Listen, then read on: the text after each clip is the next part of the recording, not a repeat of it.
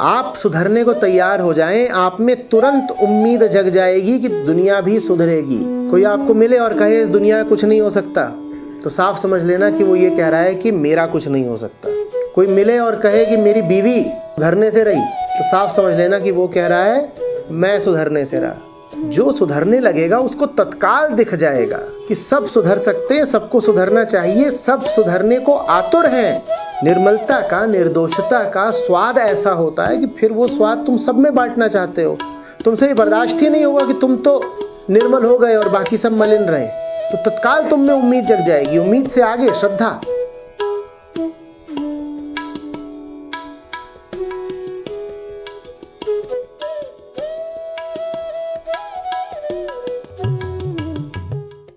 राम ही डरू करु राम सो ममता प्रीति प्रतीति। तुलसी निरुपधि राम को भय हारहूँ जीति।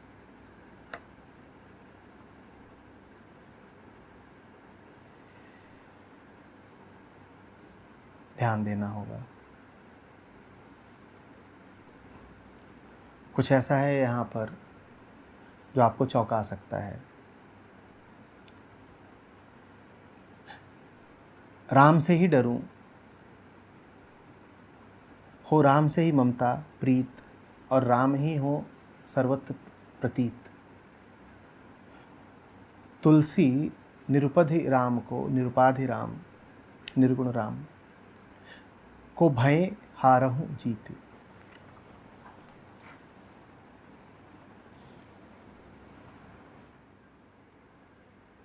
हार को जीत में बदलने की कीमिया का नाम है राम। कि जैसे गुरु जो अंधेरे को प्रकाश में बदल देता हो। तुलसी कहते हैं डर, तुलसी कह रहे हैं ममता, तुलसी कह रहे हैं प्रीति, तुलसी कह रहे हैं प्रतीति। आप उपनिषदों के पास जाएंगे तो वो कहेंगे कि ये सब भ्रम है। ममता भ्रम, ममत्व, भय भ्रम, मोह भ्रम, और जो कुछ भासता हो, प्रतीत होता हो, वो तो निश्चित ही भ्रम।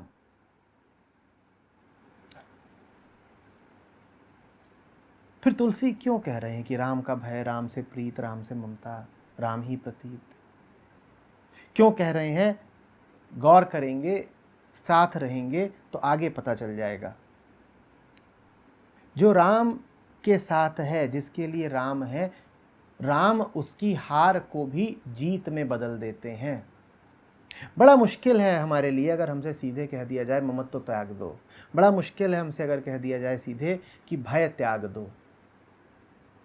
और अति मुश्किल है हमसे अगर कह दिया जाए कि जो प्रतीत होता है उस सब को भ्रम मात्र जानो।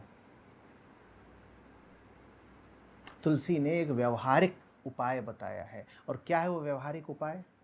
वो कह रहे हैं छोड़ो तुम कि जो दिख रहा है वो झूठ है, कि जो कुछ प्रतीत होता है वो झूठ है, तुमसे हो नहीं पाएगा। प्रतीत तो तुम्हें होता ही रहेगा, क्योंकि जन्म लेते ही एक अर्थ में तुम हार गए थे।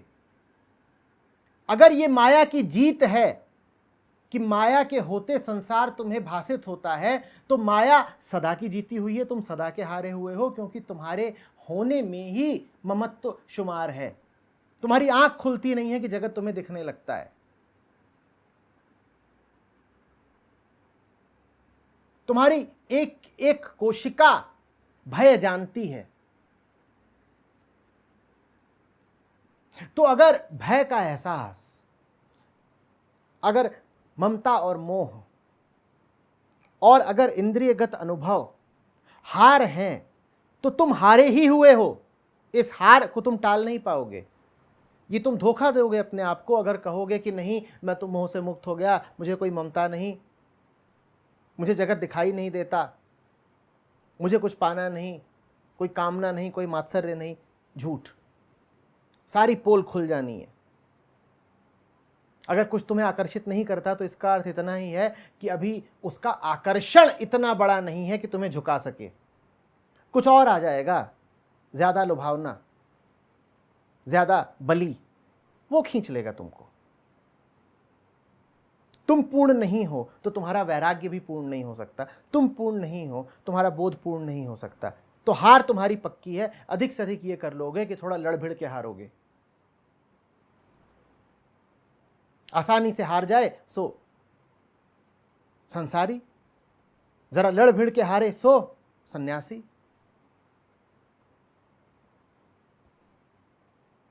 हार तो दोनों की ही पक्की है। पैदा होने का ही मतलब है हार।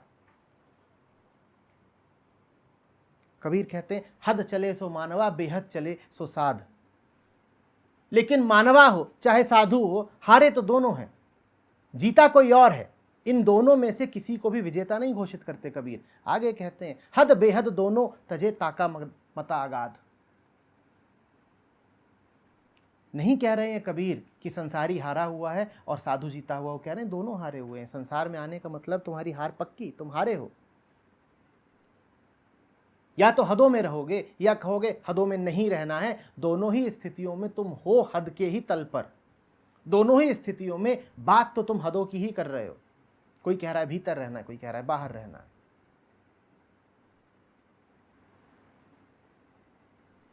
इस हार को जीत में बदलना कैसे है, इसीलिए शुरू करते ही मैंने कहा हार को जीत में बदलने की कीमिया है राम। हार तुम्हारी पक्की है, तुम कुछ कर लो। तुम ये मत सोचना कि तुम्हारा ज्ञान तुम्हारे काम आएगा, तुम्हारा वैराग्य, तुम्हारा त्याग, तुम्हारा प्रेम, स्नेह, बोध, कर्म कुछ भी तुम्हारे काम आएगा। कुछ काम नहीं आएगा। इतना ही होगा कि तुम जितनी कोशिश करोगे उतने अहंकारी होते जाओगे। ये सोचते जाओगे कि मैंने बहुत कर लिया है वैराग्य की दिशा में, बोध की दिशा में, मुक्ति की दिशा में।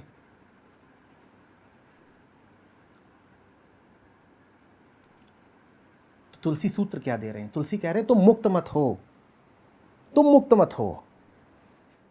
तुम ये मत कहो संसार से मुक्त होना है। तुम ये मत कहो कि जो दिख रहा है वो सब झूठा है। नीति नीति छोड़ो, तुम्हारे बस की नहीं है, क्योंकि तुम जिसकी नीति नीति कर रहे हो वो तुम्हारे ही भीतर बैठा है नीति नीति के कर्ता के रूप में।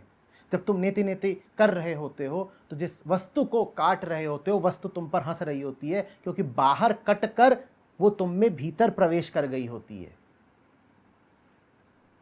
तुम्हारे भीतर होती है तभी तो तुम्हें दिखाई देती है ना। तुम काटते भी उसको कहाँ हो? बाहर ही तो काटते हो, भीतर तो बैठी हुई है। भीतर ना बैठी होती तो बाहर कैसे काटते? तो तुलसी वो मार्ग कहते ही नहीं। वो भक्त हैं। भक्त के लिए कुछ भी अस्पृश्य नहीं है। भक्त के लिए कुछ भी भगवान से रिक्त नहीं है। भक्त का सूत्र दूसरा है। भक्त कहता है डर तुझे बहुत लगता है ना, तू डरो के डर से डर, तू भय से, बड़े भय से डर, तू राम से डर।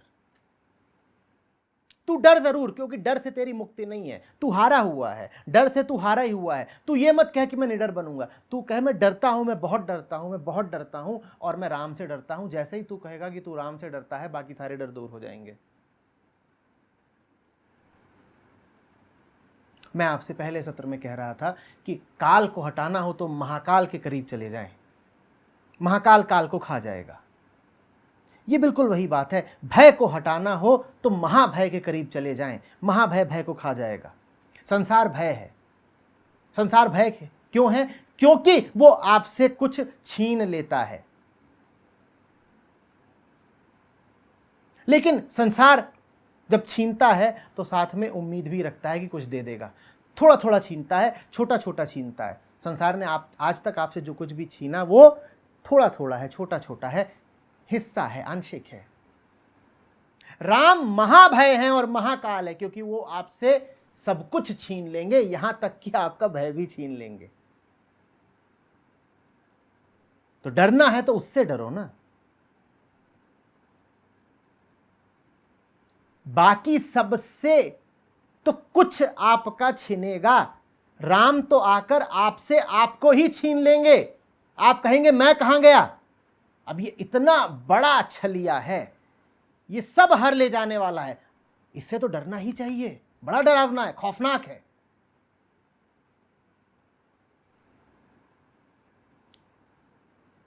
सब हर ले जाने वाला है। संसार आपसे क्या छीन लेगा? संसार आपसे आपकी जमीन जायदाद छीन गया, रोने के लिए आप तो बचे। जब सारी छिन गई जमीन जायदाद तो बैठ के रो कौन रहा था? कौन रो रहा था? तो आप तो बचे, तो पूरे तो नहीं छिने थे। पूरे छिने होते तो रोने वाला भी कोई ना बचता। राम तो ऐसा छीनेंगे कि रोने वाला भी ना बचेगा। पूर्ण मृत्यु हो जानी है, कुछ शेष नहीं रहेगा। पीछे मुड़ के देखेंगे तो घुप अंधकार, खालीपन। आप कहेंगे मैं आया कहां से? मेरे पीछे कोई लकीर दिखाई नहीं देती, कोई इतिहास समझ नहीं आता, अतीत की तो पैदाइश नहीं हूं मैं आया कहां से? राम ने अतीत ही मिटा दिया पूरा, कुछ छोड़ा ही नहीं मुझे। ऐसा खाली किया कि कोई अवशेष नहीं। राम महाकाल है। तुलसी में, ज्ञानी में और मूर्ख में अंतर यही है। डरते तीनों हैं। एक डरता है उससे जो इस लायक ही नहीं कि उससे डरा जाए, और ज्ञानी डरता है उससे जिससे डरना ही चाहिए, जिससे डरे बिना गुजारा नहीं, और जिससे डर के तर ही जाओगे। मूर्ख होते हैं वो जो भय से मुक्ति मांगते हैं। तुम भय से मुक्ति मत मांगो, तुम और भय मांगो, तुम महाभय मांगो।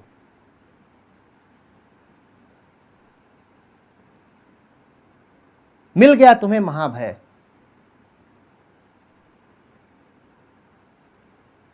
तो कायरों की तरह जिस छोटे भय से इधर उधर डरते छुपते फिरते हो, वो कायरता जाती रहेगी।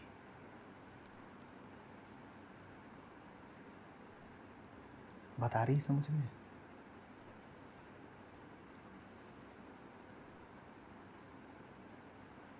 हर भय एक विचार है। हर भय क्या है? एक विचार है। तुम कहते हो तुम किसी चीज से डरते हो, वो चीज तुम्हारे सामने हो और उसे देख के तुम्हें कुछ ना हो, तो क्या तुम्हें चीज ने डराया? डर तुम कब कहते हो कि लगा? तब ना जब डर का अनुभव हुआ, और डर का अनुभव तुम्हारे भीतर है। तो डर क्या है फिर? एक अनुभव है। वो अनुभव उस वस्तु से नहीं है जिस वस्तु पर तुम दोष लगाते हो। वो अनुभव तुम्हारे भीतर की कोई बात है। डर तुम्हारे भीतर है, विचार तुम्हारे भीतर है। राम का नाम वो औषधि है जो तुम्हें समस्त विचारों से खाली कर देती है। वो चीज इतनी मीठी है और इतनी आखिरी कि उसके बाद तुम्हें और कुछ सोचने की जरूरत नहीं पड़ती।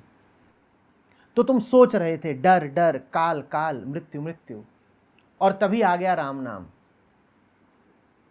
तुम सोच रहे थे डर डर, काल काल, मृत्यु मृत्यु, और तुम जब भी सोचते हो डर के ही तो सोचते हो। डर ही तो विचारों की प्रेरणा है, डर ही तो विचारों का केंद्र है।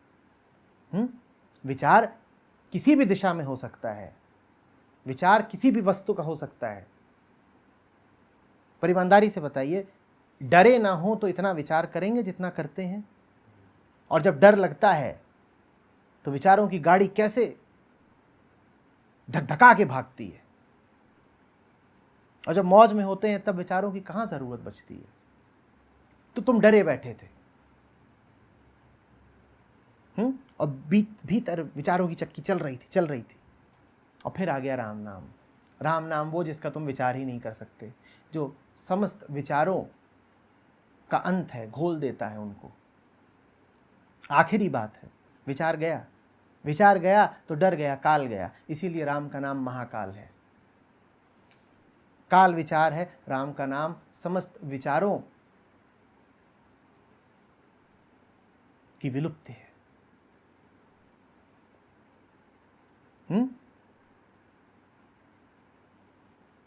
अब ये जरा उल्टी बुद्धि है।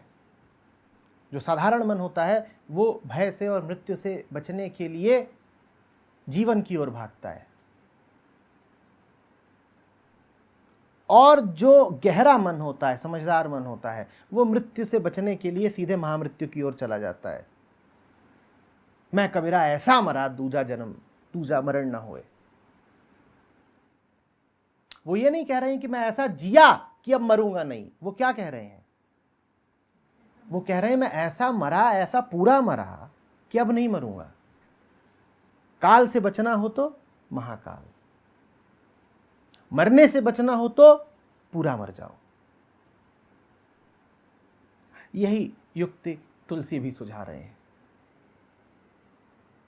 राम का भय रखो। भय मुक्त होने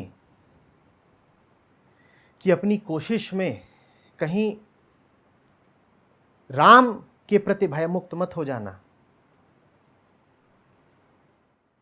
क्योंकि पहली बात वो झूठ होगा, दूसरी बात वो बड़ा खतरनाक झूठ होगा। क्योंकि राम यदि तुम्हारे पास नहीं है तो भयमुक्त तो तुम हो ही नहीं सकते। दूसरी बात, तुम अपने आप को यदि यह झूठ समझा रहे हो कि मैं तो भयमुक्त हो गया हूं, तो अब तुम्हें जिंदगी बहुत बड़े झटके देगी। तुम जानोगे भी नहीं कि तुम्हारे भीतर डर, झूठ, कामनाएं, रिक्तताएं कितनी गहरी बैठी हुई हैं। तुम तो इसी स्वांग में जियोगे कि मुझे तो डर लगता ही नहीं, मुझे राम का भी कोई डर नहीं। राम कहेंगे मेरा डर तो बहुत आगे की बात है, मैं अभी एक ट्रक भेजे देता हूं, तू जरा सड़क पार कर, मैं एक ट्रक भेजे देता हूं, देखता हूं कि इससे डर लगता है कि नहीं।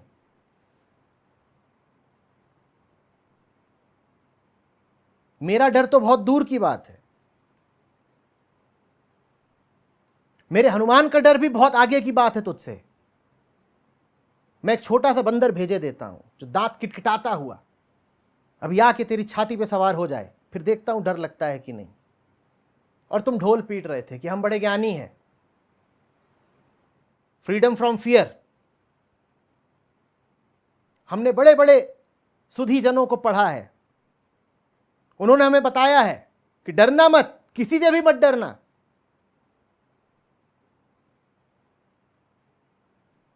और तभी वो हनुमान का दूत आएगा, दांत दिखाएगा और चढ़ जाएगा छाती पे और पूछेगा तुमसे कहां गया तुम्हारा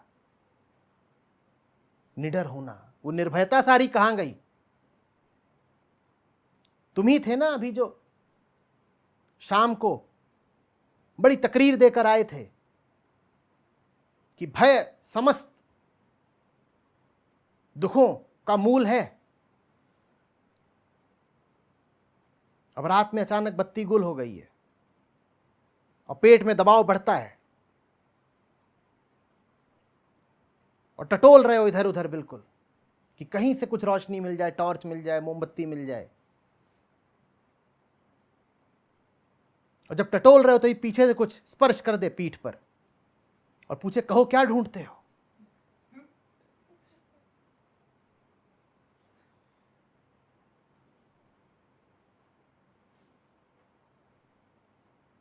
और पोथा तुमने बड़ा लिखा है इतना कि डरना नहीं चाहिए, और डर यहां से आता है, डर वहां से जाता है, और डर से तत्काल मुक्ति संभव है, और बस एक ठंडा हाथ चाहिए। जितना ठंडा हाथ उतनी ही बर्फ सी आवाज। दोस्त क्या चाहिए?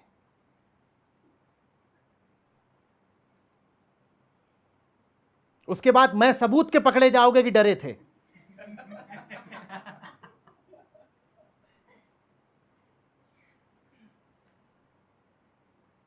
पार्थिव सबूत, भौतिक सबूत, मानसिक भी नहीं कि इनकार कर दो कि नहीं डर आया नहीं। छुआ जा सकता है, चित्र लिया जा सकता है, धोया जा सकता है।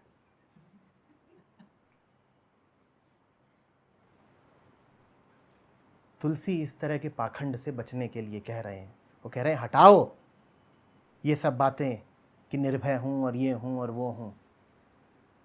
डरे तो हो ही, तुम डरने के लिए सुपात्र चुनो। तुम डर का सम्यक विषय चुनो।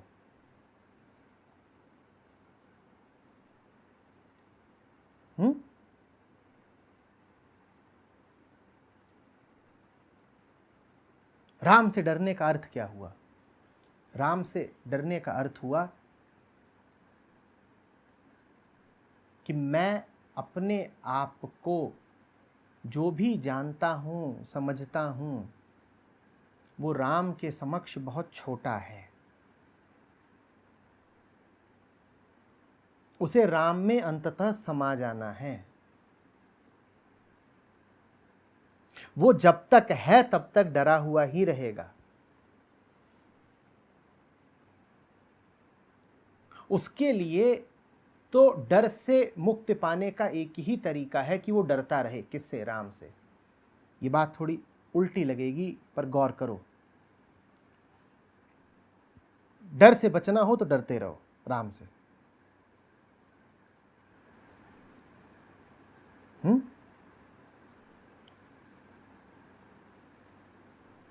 इसीलिए बहुत सारे पुराने धर्म तुमसे कह गए हैं कि वो मात्र करुणावान ही नहीं होता,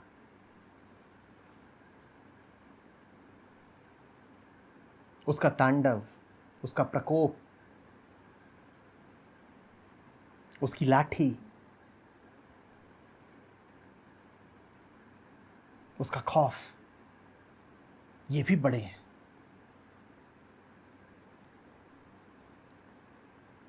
गॉड फियरिंग जो शब्द है, अब उसका बड़ा दुरुपयोग हो गया है, पर अगर उसके मूल में जाओगे तो समझोगे कि भावना क्या थी। शब्द अच्छा है,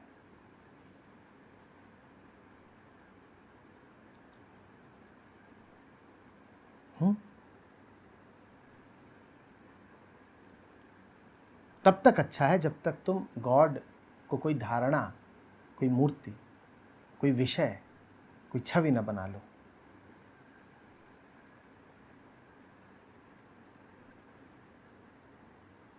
इसी तरह से आगे कहते हैं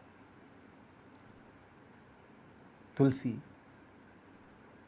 कि और भी तुम्हारी जितनी हारें हैं वो जीत में तब्दील हो जाएंगी। ममत्व हार है, विपर्यय हार है, मोह हार है। बिल्कुल हारे हुए हो तुम।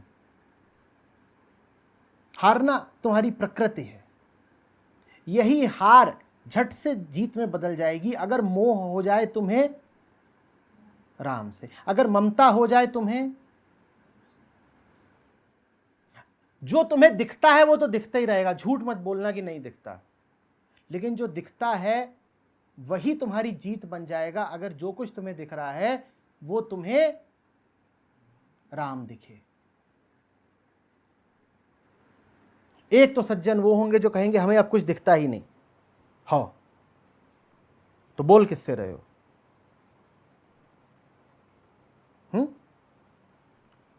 ये तो हो गया आडंबर कि नहीं, हमें तो जग की व्यर्थता समझ में आ गई है, दृष्टि का मिथ्या होना दिखा है, तो हमें अब कुछ दिखाई नहीं देता। दूसरा ये है कि दिखाई देता है, लेकिन जो दिखाई देता है उसमें राम दिखाई देते हैं। हम इतना राममय हैं कि जो दिखता है उसमें राम दिखते हैं। अर्थ क्या हुआ इसका? इसका अर्थ ये हुआ कि मैं इतना डूबा हुआ हूं राम में कि चारों तरफ जो दिखता है वो राम के रंग में डूब जाता है। समझिएगा, उदाहरण देता हूं। आपकी एक छोटी सी बच्ची है और वो आपके दिमाग पे राज करती है। आपके मन की देवी है वो। अब आप चल रहे हैं, आपको एक छोटा सा फूल दिखाई देगा, तुरंत आपको क्या विचार आएगा?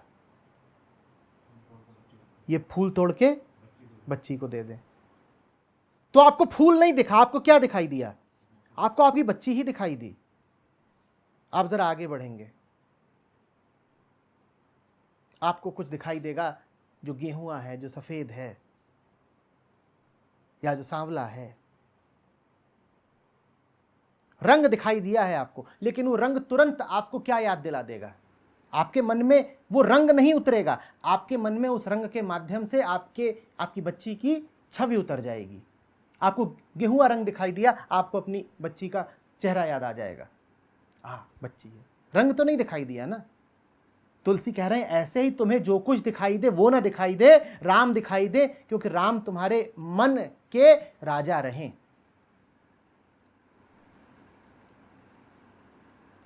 पता नहीं ना समझ में? आप जानते हैं आपके मन में जो कुछ चल रहा होता है संसार में, आपको वही वही दिखाई देता है। आपके मन में वासना चल रही हो, आपको पुरुष चाहिए हो, आप जिधर देखेंगे उधर आपको मात्र पुरुष ही दिखाई देंगे। आपको स्त्री चाहिए हो, आपकी आंखों को और कुछ दिखाई ही नहीं देगा। स्त्रियां, उनकी भाव भंगिमाएं, उनके रूप रंग, उनके अंग प्रत्यंग,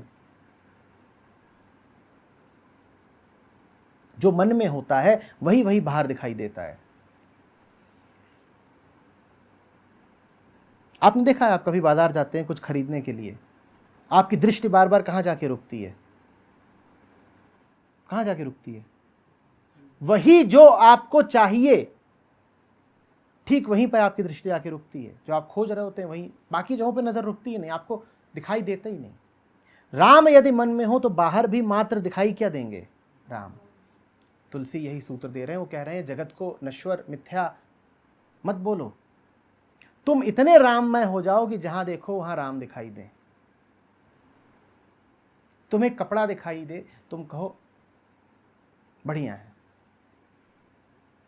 मेरे घर में मानस की एक प्रति पड़ी हुई है, मैं इस कपड़े से उस प्रति की जिल्द बनाऊंगा। तुम्हें कहीं को जाता हुआ कोई वाहन दिखाई दे, तुम कहो ठीक, ये वाहन कहीं को जा रहा है, एक दिन मैं भी कहीं को चला जाऊंगा। तुम्हें एक जोड़ा आता दिखाई दे, तुम कहो जोड़ा तो तभी जोड़ा है जब राम सीता का हो। जो कुछ भी तुम्हें दिखाई दे वो तुम्हें किसी ना किसी तरीके से सुध किसकी दिला दे, वो तभी होगा जब राम की सुध तुम्हारे मन में पहले से बसती हो। जब पहले वो भीतर बसती होगी तब बाहर जो देखोगे उसमें राम ही दिखाई देंगे। बात आती है समझ में? तब कोई भी पशु दिखेगा, तुम कहोगे राम की सेना थी, उसमें गिलहरी भी थी और भालू भी थे। अब एक साधारण चूहा, गिलहरी, खरगोश कुछ भी हो सकता है, और तुम्हें किसकी याद दिला गया? राम की याद दिला गया। और पूरा समुद्र है राम कथा, उसमें इतने पात्र हैं, इतनी घटनाएं हैं, इतने अवसर हैं याद करने के कि सब याद हो जाना है। वहां हिरण हैं, वहां जंगल है, वहां शहर है। तुम बोर्डिंग पास लेकर के बैठे हो बोइंग 737 में और तुम्हें याद आ जाए पुष्पक विमान, क्या बुराई है? वहां इतना कुछ है कि तुम्हें जो भी कुछ दिखाई दे रहा है उसका सीधा संबंध उससे बैठ जाएगा। नदी देखो कोई, तुम्हें सरयू याद आ जाए। भाइयों को देखो तो तुम्हें कभी भरत, कभी लक्ष्मण याद आ जाए। बच्चे देखे तो लव कुश। भाइयों में प्रेम तो राम भरत मिलाप, भाइयों में कलह तो विभीषण और रावण।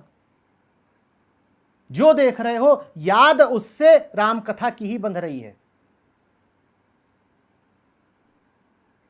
कोई पत्नी को समर्पित है तो राम, कोई पत्नी की नहीं सुनता है तो रावण। संसार में तुम जो भी कुछ पाते हो वो पूरा का पूरा राम कथा में तो मौजूद है ही ना। तभी तो रामायण इतना सशक्त और इतना प्रचलित वक्तव्य है। इसीलिए तो हमारे मन से वो उतरता नहीं।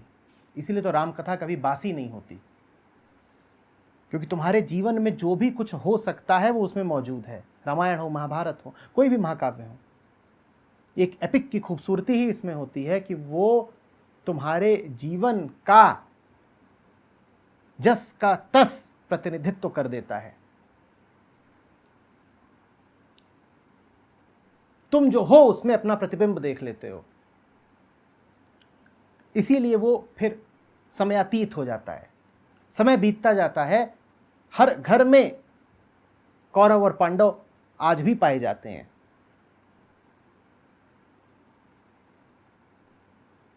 महाभारत कभी पुरानी नहीं होगी, रामायण कभी पुरानी नहीं होगी। चूंकि वो कभी पुराने नहीं होंगे, इसीलिए तुम्हारे पास प्रचुर मौका है उनमें अपने जीवन को निरंतर देखने का। यही है राम की निरंतर सुध बनाए रखना।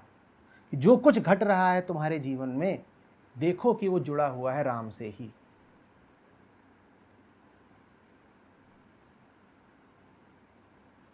बात आ रही समझ में?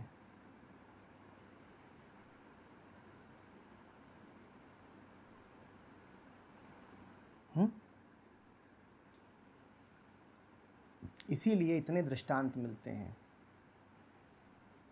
तुलसीदास की अगर माने तो उन्हें बार बार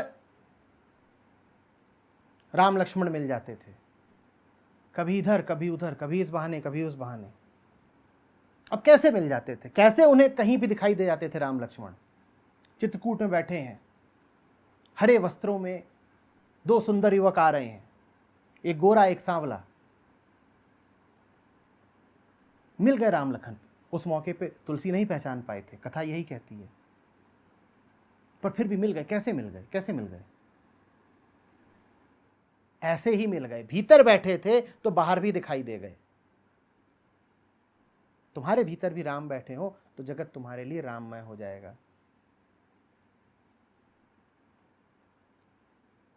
अद्भुत नहीं है तुलसी की कहानी? स्नान आदि करने के लिए, स्वच्छ होने के लिए जो जल लेके जाते थे प्रात में, उसमें से जो शेष बच जाता था उसको ला करके एक पेड़ की जड़ में डाल देते थे कि पानी है, ऐसे ही बच गया है, इससे ही पेड़ सींचे देते हैं। उस पेड़ पर एक प्रेत बसता था। अब कहानी देखिए, तो जो सींचे पानी वो उस प्रेत को मिल जाए, प्रेत बड़ा खुश। तो प्रेत एक दिन पकड़ लेता है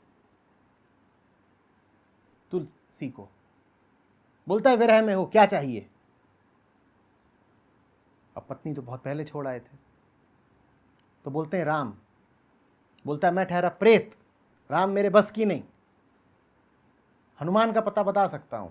अब प्रेत हनुमान का पता बता रहा है और ये घटनाएं घट रही हैं। तुलसी मजाक में नहीं बता रहे हैं, उनकी माने तो ये सचमुच हुआ, और हम और आप कोई होते नहीं है ये कहने वाले कि ये नहीं हुआ। अगर ये नहीं हुआ तो फिर रामचरितमानस भी नहीं हुई। मानस का होना ये प्रमाण है कि ये हुआ। कैसे हुआ वो एक अलग तल की बात है। हो सकता है वैसे ना हुआ हो जैसे दो आम आदमियों की मुलाकात होती है। कोई जरूरी नहीं है ना कि प्रेत सामने ही खड़ा हो तो ही प्रेत है। प्रेत कहीं भी हो सकता है, अंतरलोक में भी तो हो सकता है, मनोलोक में भी तो हो सकता है, तो भी है प्रेत। तो प्रेत बोलता है चलो हनुमान से मिलवाते हैं। अब हनुमान से कैसे मिलवाते हैं? कहीं कि आप जब राम कथा बाँचते हैं तो एक कोढ़ी आता है, बूढ़ा, सबसे पहले आता है सबसे बाद में जाता है, वही है, हनुमान है। और घूम रहे हैं हनुमान कोढ़ी बन के, उन्हें राम कथा सुननी है।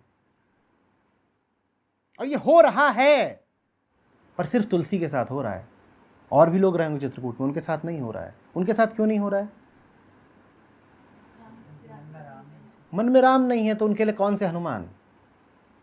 तो अब ये राम कथा करते हैं, देखते हो बैठा हुआ है पीछे, अंत में वो चल देता है तो उसको पछियाते हैं, जंगल पहुंच जाता है उसको पकड़ लेते हैं, बोलते हैं महाराज पहचान लिया आपको। बोलता अरे छोड़ो मुझे, कहाँ तुम फंसा रहे हो, ये छोड़ते नहीं हैं। तो फिर हनुमान अपना रूप दिखाते हैं, बोलते हैं मांगो, बोलते हैं राम, बोलते हैं आएंगे, पहचान भर लेना। गौर करिए वाक्य पे, आएंगे पहचान भर लेना, और तुलसी चूकते हैं। वो घटना घटती है कि आए और तुलसी कह रहे हैं वाह क्या सुंदर नवयुवक हैं, बढ़िया, घोड़े पे निकल गए। इधर से हनुमान बुद्धू बन गया। फिर जाके दोबारा बताते हैं, बोलते हैं फिर आएंगे। अब ये क्या हो रहा है? आपको वाकई लग रहा है राम लक्ष्मण घोड़ों पे चढ़ के घूम रहे थे चित्रकूट में? ये हो रहा था क्या? वास्तविकता की, रियलिटी की परिभाषा बदलिए। सिर्फ वही नहीं हो रहा होता है कि जिसको आप छू सकें, कि जिसका आप चित्र उतार सकें, जो तथ्यों के अंतर्गत आता हो। होना कुछ और भी होता है। और आपकी जिंदगी बड़ी रूखी है, बड़ी दरिद्र है, अगर आपकी जिंदगी में सिर्फ वो होता है जो बस होता है, जो भौतिक है, जो पार्थिव है। बड़ी अधन्य जिंदगी है आपकी अगर आपकी जिंदगी में कुछ ऐसा नहीं होता है जो होता नहीं है फिर भी होता है। चलते फिरते अगर आपको राम नहीं मिल जाते तो आप चल ही क्यों रहे हैं? जहां हैं वहीं लुढ़क जाइए। चलना तो तब सार्थक है ना कि चले और चौराहे पे राम मिल गए, और आके वास्तव में बता रहे हैं लोगों को बिना किसी अतिशयोक्ति के, वो राम मिले थे रास्ते में। और माहौल ऐसा है, समाज ऐसा है, संगत ऐसी है कि जिसको बता रहे हैं वो कह रहा है हाँ हाँ हाँ मिले होंगे, अक्सर मिल ही जाते हैं। अगर ऐसा जीवन नहीं है आपका, ऐसा घर नहीं है आपका, ऐसी संगति नहीं है आपकी, तो आप नाहक जी रहे हैं।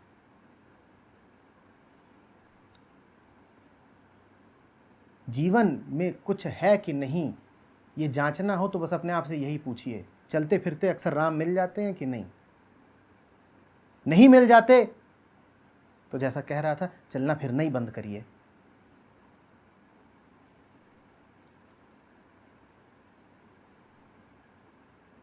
आती बात समझ में? हम इन बातों को अंधविश्वास कह देते हैं, हम इन बातों को कपोल कल्पना कह देते हैं। हम कहते हैं कि उन्होंने भांग खा रखी थी। हाँ, उन्होंने भांग खा रखी थी, तभी उसी भांग से इन महाशास्त्रों का जन्म हो गया है। और तुमने भांग नहीं खा रखी है, तभी तुमने आज दुनिया की ये हालत कर दी है। तुम बड़े होशमंद हो।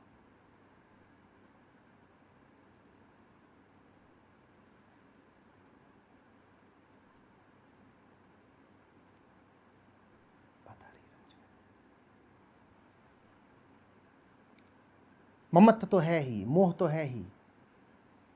क्यों कहते रहते हो कि ये गुड्डा मेरा है, ये खिलौना मेरा है? सीधे बोलो ना, क्या कि राम मेरा है।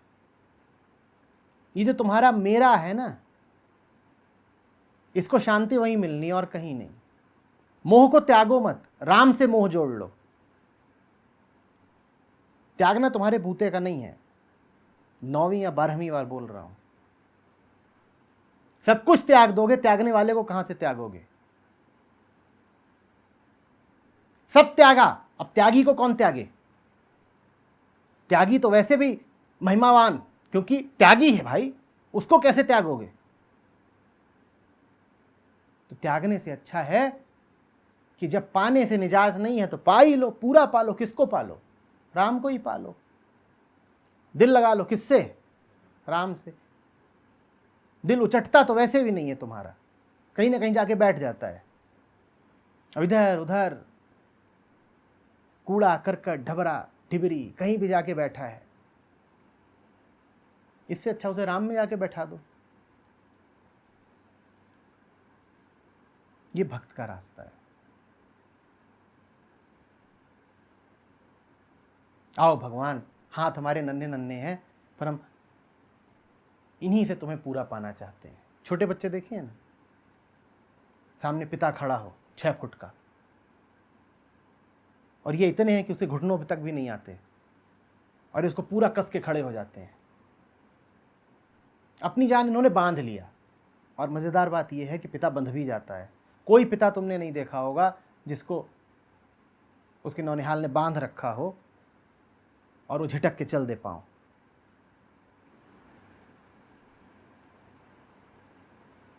कम से कम राम तो ऐसे पिता नहीं है।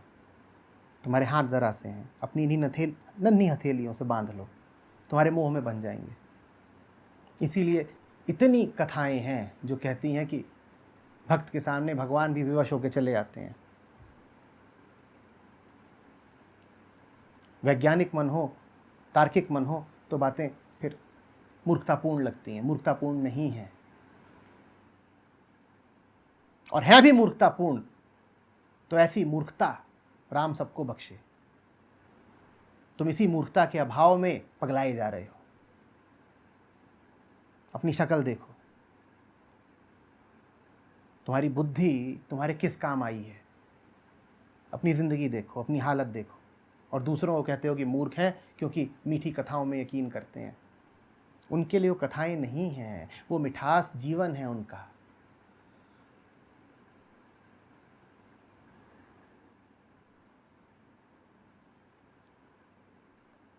वो राम के मोह में जीते हैं, तुम कहते हो सपने में जी रहे हैं। तुम काम के मोह में जीते हो, अपने आप को होशियार बताते हो। ये बात तो बहुत जचने वाली है।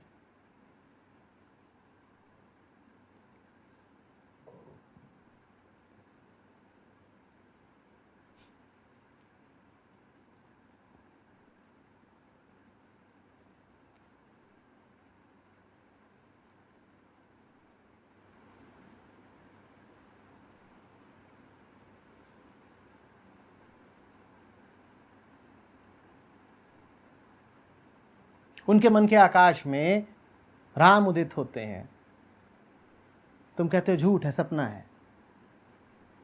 और अपने सपनों को तुम महिमा मंडित किए जाते हो। तुम कहते हो मेरे सपने टूटने नहीं चाहिए।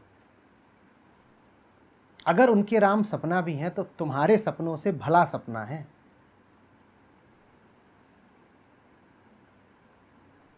सपने तो लेते ही हो, वो सपना ले लो जो तुम्हें जगा देगा।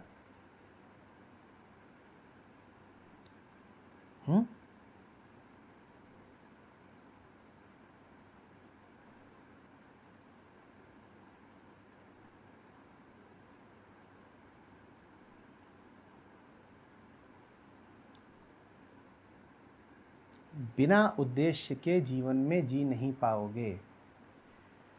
निरुद्देश्य जीना किताबी बात है।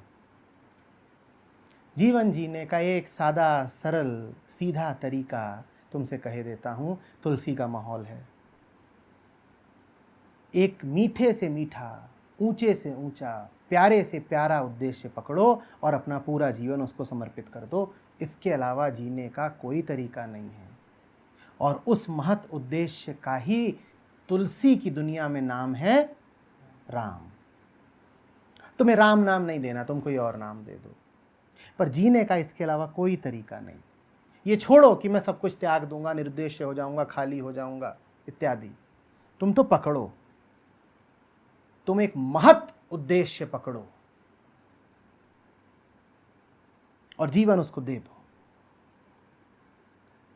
यही भक्ति है, यही कर्मयोग है। इसी में जीवन का रस है, सार्थकता है।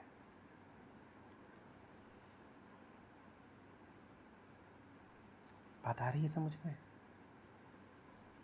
तुम्हारे पास अगर वो महत् उद्देश्य नहीं है तो बड़ा गरीब है तुम्हारा जीवन। अपने आप से पूछो, किसके लिए जी रहा हूं? जिसके लिए जी रहे हो अगर वो अनंत नहीं है तो तुम्हारा अंत हो चुका। लगातार तुम अंतों की कड़ियां जी रहे हो। इस कड़ी अंत हुआ, फिर अगली कड़ी अंत हुआ, फिर अगली कड़ी अंत हुआ। मौत दर मौत जी रहे हो। ये जीना भी कोई जीना है? राम से नीचे का कोई उद्देश्य रखना मत।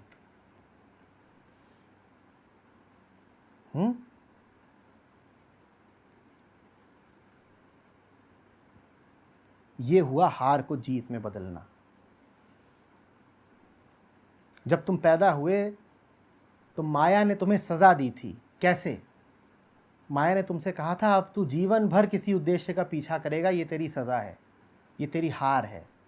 तुमने हार को जीत में तब्दील कर दिया। कैसे? तुमने कहा ठीक, तूने मुझे श्राप दिया है कि मैं जीवन भर किसी उद्देश्य का पीछा करूंगा, अब तो उद्देश्य तो मुझे चाहिए ही,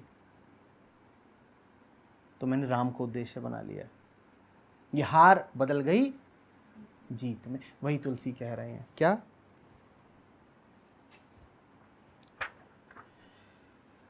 तुलसी निरुपधि राम को भय हारे हूं जीती। हारे हुए की जीत हो गई जो राम के साथ हो गया। उद्देश्य बनाना हार थी, पर राम को उद्देश्य बनाना जीत हो गई। माया कह रही है ये बेईमानी है। माया ने तो यही सोचा था कि उद्देश्य तुम बनाओगे कोई हल्का फुल्का, 5 मंजिला मकान हो जाए, 10 देशों में व्यापार फैल जाए, 15 देश बीवी को दिखाऊं इत्यादि तुमने सोचा था। माया ने तुम्हारा वजन इतना ही नापा था, उसके अनुसार इससे ज्यादा तुम्हारी काबिलियत नहीं थी। कहीं ये उद्देश्य बनाएगा और कोई हल्का फुल्का उद्देश्य बना लेगा कि 100 करोड़ इकट्ठा हो जाए, तर गए। तुमने माया को मात दे दी। तुमने माया के पार का उद्देश्य बना लिया।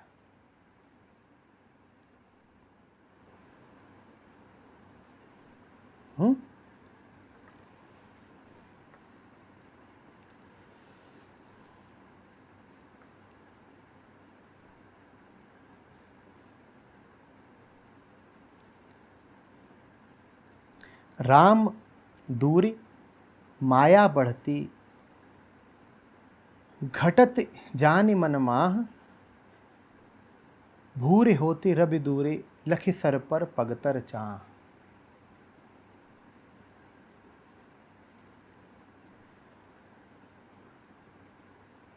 इसे कहते हैं पूरे जगत में राम को देखना। सूरज रोज उगता है, आप रोज धूप खाते हो, छाया भी रोज बनती है कि नहीं?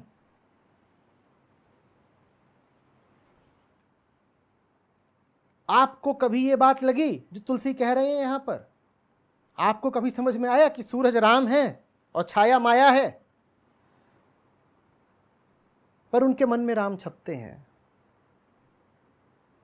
तो उनके साथ दिन भर जो भी घटना घट रही है उसमें उन्हें राम की ही छाप दिखाई दे जाती है। वो कहते हैं सूरज नहीं है, ये राम है, और ये छाया नहीं है, ये माया है। अगर मैंने सूरज को कोई भी दर्जा दिया सर्वोच्च के अतिरिक्त, तो माया प्रकट हो जाएगी।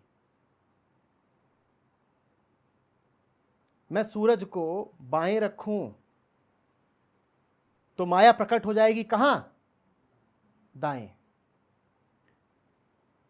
मैं सूरज को आगे रखूं तो माया प्रकट हो जाएगी कहां?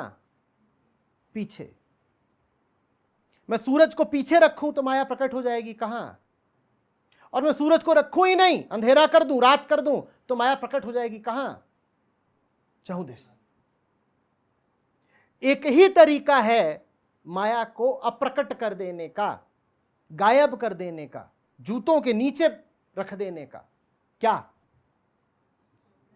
सूरज को वहां रखो जहां उसे होना ही चाहिए। कहां होना चाहिए उसे? और नहीं कोई जगह, और नहीं कोई जगह। और यही एक छोटा सा सूत्र है जो मानवता हमेशा भुलाई रहती है, जो साधक हमेशा भुलाई रहता है।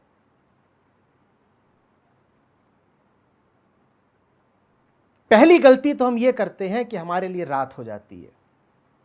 पहली गलती तो हम ये करते हैं कि हम सत्य को द्वैत का हिस्सा बना देते हैं। सूरज भी हमारे लिए बस आधे दिन आता है। बात समझ रहे हो? सूरज आधे ही दिन आता है। इसका आशय क्या है? इसका आशय यह है कि सूरज हमारे लिए आता ही तब है जब पहले हम अंधेरे से और रात से गुजर चुके होते हैं, जब दुख खूब भुगत चुके होते हैं, सिर्फ हम तब जाते हैं अध्यात्म की शरण में। रात से गुजारो तब हमें कीमत पता चलती है रोशनी की। तो ये तो हुई पहली भूल कि हमारे लिए दिन है ही तब जब साथ में रात हो। और दूसरी भूल यह हुई कि जब हमारे लिए दिन है भी, मान लीजिए 12 घंटे का, तो उस 12 घंटे में से बस 1, 2, 4 क्षण आते हैं जब हम सूरज को वो स्थान दे पाते हैं जिसका वो अधिकारी है।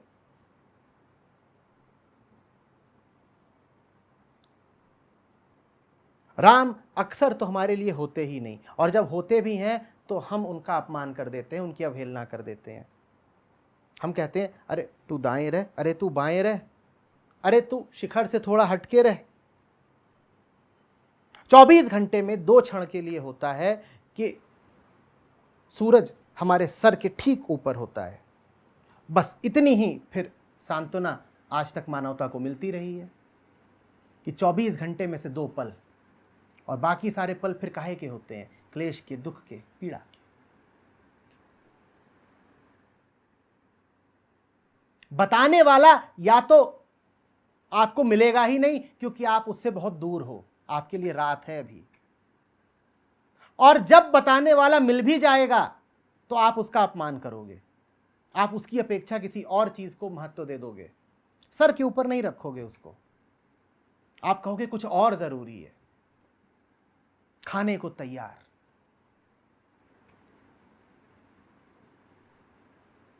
आप रखो उसे कहीं और। आप जान ही नहीं रहे हो कि सूरज को कहीं और रख के आपने किसको अपने पास कर लिया है। किसको अपने पास कर लिया है?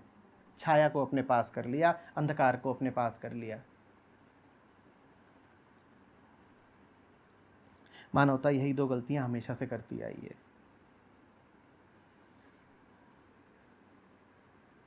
अक्सर तो वो ऐसी जगह जाके बैठ जाती है जहां प्रकाश उसे उपलब्धि ना होने पाए, चुन चुन के ऐसी जगह निकालती है। और जब दैवीय अनुकंपा से उसे ऐसा कोई मिल भी जाता है जो उसे प्रकाश दे दे, तो वो उसे समुचित स्थान नहीं दे पाती। वो कहती है होगा कोई, हमारी दुनिया में तो हमारे ही जैसा होगा।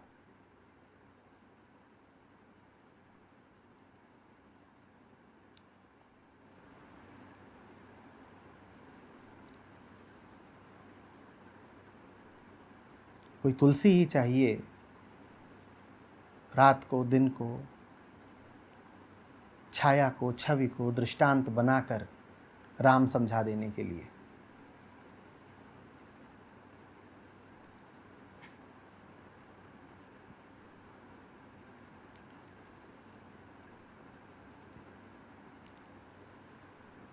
इस एक चीज से बाज आ जाइए, कुछ और जरूरी है। इसके अलावा कुछ नहीं है त्यागने लायक। और ये भी ना त्यागा जाता हो तो ये याद कर लीजिए कि राम जरूरी हैं। ये रामधुन लगातार बजती रहे, लगातार बजती रहे। कुछ तो हो जिसका सतत स्मरण रहे। जैसे कहते हैं ना कबीर, सांस नगाड़ा कूच का, बाजत है दिन रैन। कोई तो नगाड़ा दिन रात भीतर बजे ताकि भूल न जाओ। तुम भूलते कितना हो। और ऐसा नहीं कि तुमसे भूलवश भूल हो जाती हो। तुम्हारी भूल भी भूल नहीं है। तुम्हारी भूल न जाने क्या है। कोई याद दिलाता हो, बार बार जताता हो, बार बार बुलाता हो, तब भी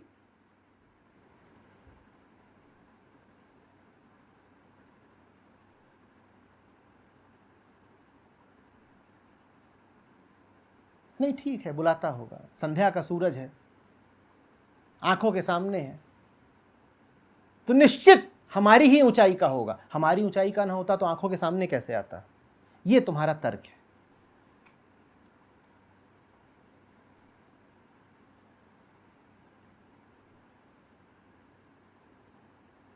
गौर कर लेना कि सूरज तुम्हें जब भी दिखाई दे रहा है, जब भी वो तुम्हारी दृष्टि के भीतर है, निश्चित रूप से तुमने अपने आप को गलत जगह रखा हुआ है। सूरज तुम्हारे लिए तभी सूरज है, तभी मान्य है, जब वो तुम्हें दिखाई देना बंद हो जाए, जब बिल्कुल सर के ऊपर रहे। जब तक सर के ऊपर नहीं है तुम उसे देख सकते हो, और अगर अभी वो तुम्हारे लिए दृश्य मात्र है तो तुम्हारे किसी काम का नहीं है। राम तुमसे इतने ऊपर हों कि तुम्हें दिखाई न दें, इसीलिए राम की मूर्ति नहीं, राम नाम, राम नाम। कोई तो हो तुम्हारे जीवन में तुमसे इतने ऊपर का कि तुम उसे दृश्य न मानो, तुम उसे व्यक्ति न मानो, तुम उसे पदार्थ न मानो, और नहीं है कोई ऐसा तो तुम्हारे पास रहेगी तुम्हारी छाया। वही तुम्हारी सतत संगिनी रहेगी, उसी के साथ जियोगे। कौन है मेरा साथी? मेरी छाया। छाया, साया, माया, इन्हीं के साथ जियोगे। सूनापन किसकी जिंदगी में है? सूनापन उसकी जिंदगी में है जिसकी जिंदगी में वो दोहरा मौजूद है। सूनेपन की, लोनलीनेस की परिभाषा जान लो। जो अपनी जिंदगी में दोहरा मौजूद है वो सूनेपन का शिकार है। दोहरा मौजूद माने पहले तो स्वयं और दूसरा उसकी छाया। हम और जीते कैसे हैं? अपनी छाया के साथ ही तो जीते हैं। हमारे जीवन में और कोई नहीं होता, हम होते हैं और हमारा प्रतिबिंब होता है, हमारी छाया होती है। हमारी सारी बातें हमसे होती हैं, हमारी सारी बातचीत अंतर संवाद होती हैं। हम किसी दूसरे से नहीं बात कर रहे होते, हम अपने आप से ही बात कर रहे होते, क्योंकि दूसरे को तो हम जानते ही नहीं। दूसरा कुछ और नहीं है, बस छवि है हमारे लिए, और वो छवि हमने प्रक्षेपित करी है। भरा पूरा कौन होता है? सूनापन किसका नहीं होता? वो जिसके साथ कोई नहीं है, वो जो छायाहीन है। जिसके साथ कोई है वो हमेशा अकेलेपन का, सूनेपन का शिकार रहेगा। और जिसके साथ कोई नहीं, जो अकेला खड़ा हो गया है, जिसके सर पर सिर्फ राम है, और वो राम भी ऐसे हैं कि वो दिख नहीं रहे, उन्हें इतना सम्मान है कि उनकी छवि नहीं बनाई जा रही, मात्र वही होगा जिसके जीवन में सूनापन नहीं होगा।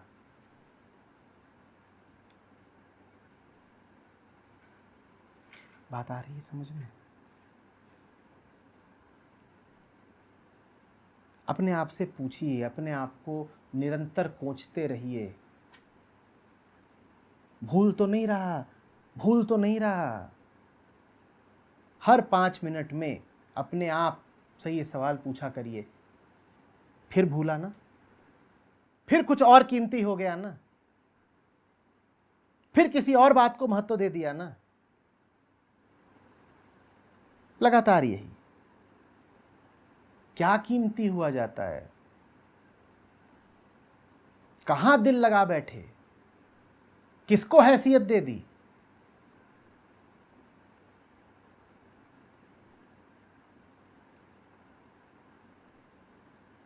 मन के, मन के, मन के।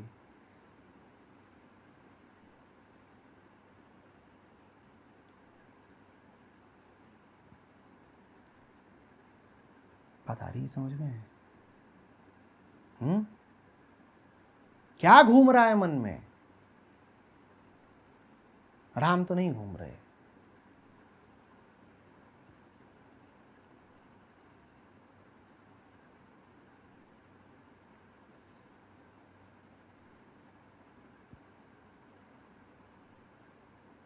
देने वाला वो, पालने वाला वो, समझाने वाला वो, बचाने वाला वो, ले जाने वाला वो, तुम याद किसको कर रहे हो?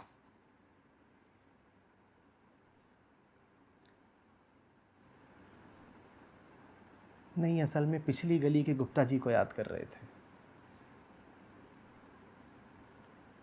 हाँ,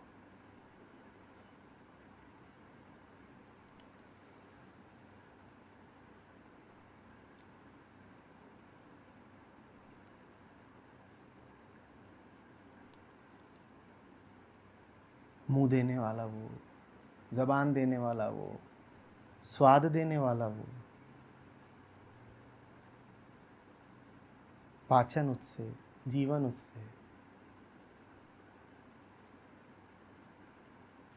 अन्न उससे, धन उससे। तुम याद किसको कर रहे हो? नहीं, वो सामने वाली दुकान में समोसे।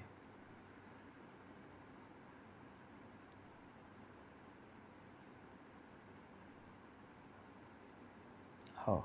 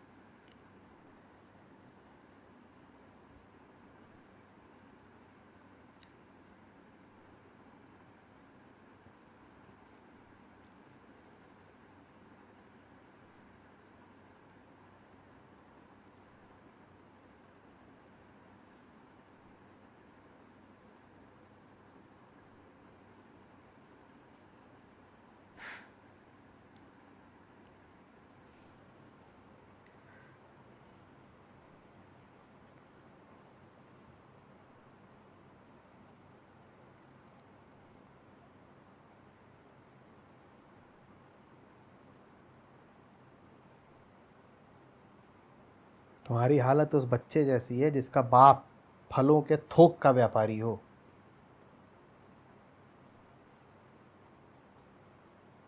और बच्चा एक सड़े हुए अंगूर के लिए रोता हो।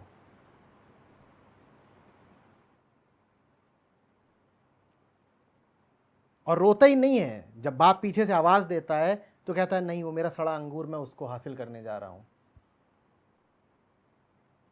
ये अलग बात है कि सड़ा अंगूर भी दिया बाप नहीं है, पर तुर्रा यह है कि मेरा है।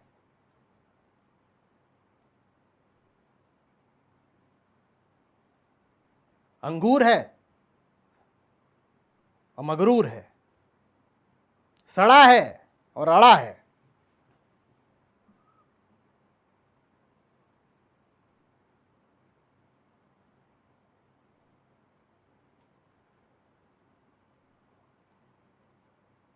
मेरा प्यारा व्यक्तिगत अंगूर।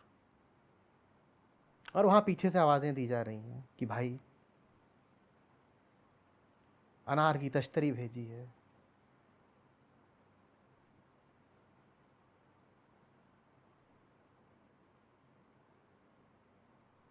अंगूरों का थैला भेजा है। और उसके बाद शिकायत यह कि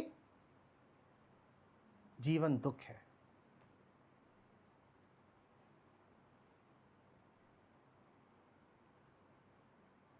अंगूर सड़ा है। अंगूर सड़ा है या तू औंधा घड़ा है। कितना भी तुझे दिया जाता है तुझ में समाता नहीं, तू औंधा पड़ा है। लेकिन शिकायत क्या है? क्या शिकायत है? अंगूर सड़ा है।